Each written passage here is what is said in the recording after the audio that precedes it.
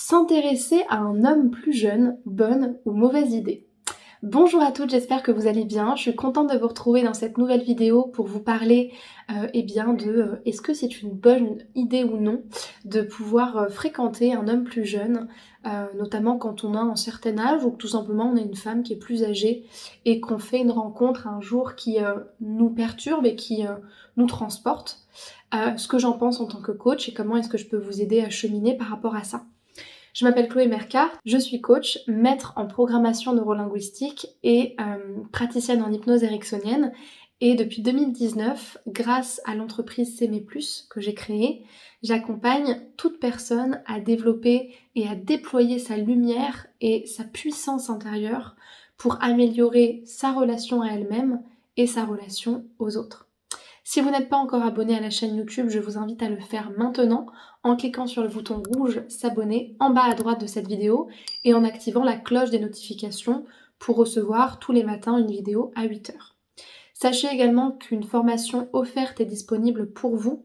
Elle s'appelle Incarner la femme sensationnelle, lumineuse et unique qui l'épousera. Et elle vous permet justement de cheminer à travers des outils de coaching sur le renforcement de votre estime de vous et sur l'amélioration de vos relations avec les hommes pour justement avoir les relations que vous souhaitez. Donc pour vous la procurer, vous allez aller dans la description de cette vidéo, cliquer sur le deuxième lien qui est proposé, remplir le formulaire et vous la recevrez directement par mail. Alors, vous voyez, quand vous posez cette question, est-ce que c'est une bonne ou une mauvaise idée d'être avec un homme plus jeune? Déjà, un bon thérapeute ne vous donnera jamais son opinion.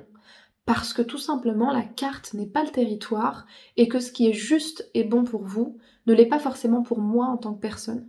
Et que, en tant que coach, c'est pas mon rôle en fait de vous dire si c'est bien ou si c'est mal. Par contre, moi, ce que je vais vous aider à faire, c'est à trouver votre réponse à l'intérieur de vous en cheminant pour que vous soyez sûr de faire ce qui est bon pour vous.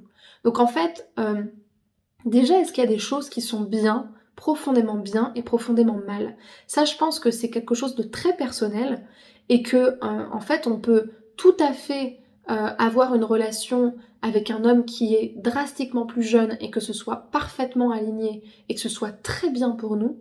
Et on peut aussi être avec un homme qui est moins jeune et que ce soit pas du tout bien pour nous, soit parce que c'est du fait de l'âge, soit parce qu'en fait, il y a plein de choses qui vont pas dans la relation, sauf qu'on ne le regarde pas. Donc en fait, ça peut être bien pour plein de personnes, mal pour plein de personnes. Si vous cherchez des réponses générales, vous n'allez jamais trouver la bonne réponse pour vous. Donc en fait, le problème ne se situe pas là. Finalement, ce que vous cherchez comme réponse ne se situe pas dans une certaine réponse de est-ce que ce serait bien ou est-ce que ce serait mal. Parce que finalement, peu importe. Ce qui compte, c'est pas ça. Tout dépend de vous. Et tout dépend notamment des critères qui sont les plus fondamentaux pour vous. Quand je vous parle de critères, je ne parle pas de critères de beauté, quoique, mais quand on parle de critères en programmation neurolinguistique, on parle notamment de valeurs. Quand on a une valeur, donc les valeurs, c'est les motivations profondes d'un individu, c'est ce qui est juste pour lui, justement. Une valeur, elle est forcément vraie, elle est forcément juste pour la personne. C'est ce qui est vrai dans sa vie, c'est ce qui le motive, c'est ce qui le drive. Donc quand on a une valeur, par exemple la valeur intelligence, il y a un certain nombre de critères qui permettent de déterminer que cette valeur est présente. Par exemple, comme j'aime bien le dire très souvent, pour moi, dans la valeur beauté, ce qui permet de rendre pour moi un homme beau, et donc ce qui est un critère, c'est l'uniforme. Pour moi, c'est trop beau. Ça fait partie de la beauté. Donc pour moi, dans ma valeur beauté, l'uniforme est un critère ultra important. Donc ce que je veux vous dire, c'est que en gros, pourquoi est-ce que je vous parle de critères? Quand une personne a un objectif quel qu'il soit, que ce soit d'être en relation ou tout simplement qu'elle cherche à atteindre un certain objectif, comme être heureuse en couple, qu'elle en soit consciente ou non, elle a un certain type de critères. Il y a des personnes, par exemple, dans leurs critères, ils vont accorder une importance importante au physique, parce que c'est très important pour elles. D'autres, elles vont plutôt accorder une importance importante à la stimulation intellectuelle, d'autres au toucher, d'autres à la sexualité, et ainsi de suite. Et on a tous plusieurs critères, sauf qu'ils ne sont pas à la même hauteur, et tous ne sont pas justes. Et à l'inverse, on a aussi des anti-critères, c'est-à-dire des choses qu'on ne peut pas supporter et qui pour nous sont inenvisageables. Il y a certaines personnes, par exemple, un partenaire qui fume, il aura beau comporter tous les critères qu'il faut pour convenir à la personne, c'est un anti-critère qui est tellement important pour elle que ça ne peut pas passer. Donc en fait, pourquoi est-ce que je vous dis ça? Parce que en fait, ce que je vous pousse à faire, c'est justement à vous demander quels sont mes critères. De quoi est-ce que j'ai besoin profondément pour être bien en couple? Et dans ces critères-là, comment rentre le critère de l'âge? Est-ce que c'est un de mes critères principaux et de quelle manière? Par exemple, je connais des personnes que j'ai accompagnées qui veulent des partenaires plus jeunes. Ou est-ce qu'au contraire, c'est un anti-critère pour moi? C'est-à-dire que si mon partenaire est plus jeune ou plus âgé, c'est un anti-critère en fait. C'est pas que c'est mauvais, c'est que je ne peux pas. Je ne peux pas. Ça ne marche pas. Je ne vois pas ma vie comme ça.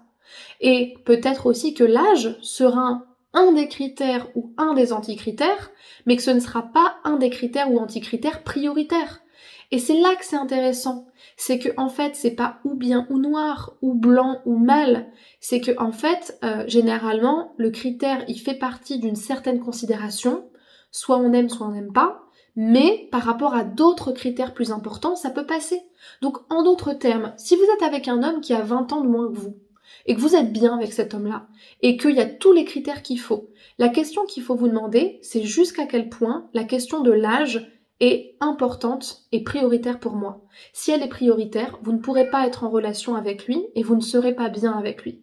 Par contre, si finalement il y a d'autres critères qui prennent le dessus, vous pourrez avancer, et là où justement il va falloir assumer ce qui est important pour vous, c'est de pouvoir faire ce travail, de vous couper du regard des autres, parce que si on écoute les autres, rien n'est jamais bien, rien n'est jamais mal, mais justement à pouvoir déterminer à quel moment est-ce que vous êtes en accord avec vous-même. Si vous êtes en accord avec vous-même et que finalement, en vous connectant à votre cœur, tout va bien, dans ce cas-là, assumez votre relation. Il n'y a personne qui doit vous dire ce qui est bien ou ce qui est mal pour vous, et inversement si ça ne vous correspond pas. Ce que je vous conseille également, c'est de regarder quelle peur ça vient réveiller chez vous. Donc de regarder les blessures éventuelles que ça vient créer, les peurs, les croyances limitantes, parce que ça ne dépend de personne d'autre que vous, ça ne dépend pas de l'homme avec qui vous êtes. Il ne pourra pas vous donner de réponse à ce sujet, ça vous appartient.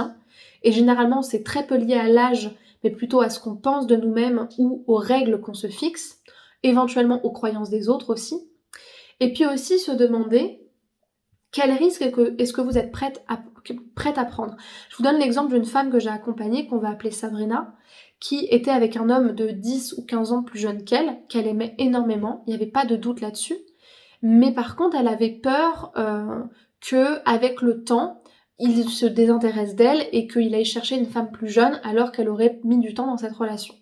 Et à ce moment-là, ce que je lui ai posé comme question, c'est Sabrina, quel risque est-ce que tu es prête à prendre?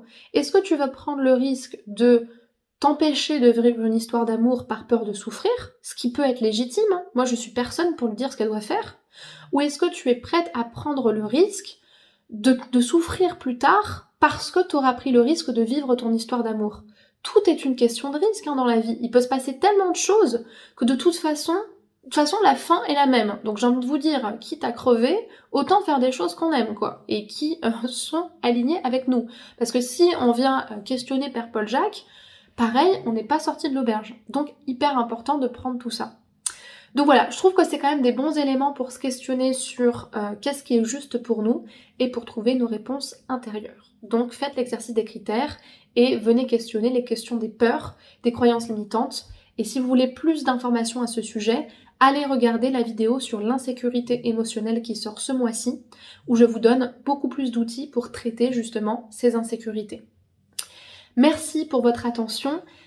N'hésitez pas à liker la vidéo ou à me laisser un commentaire pour me poser des questions ou me faire part de votre opinion.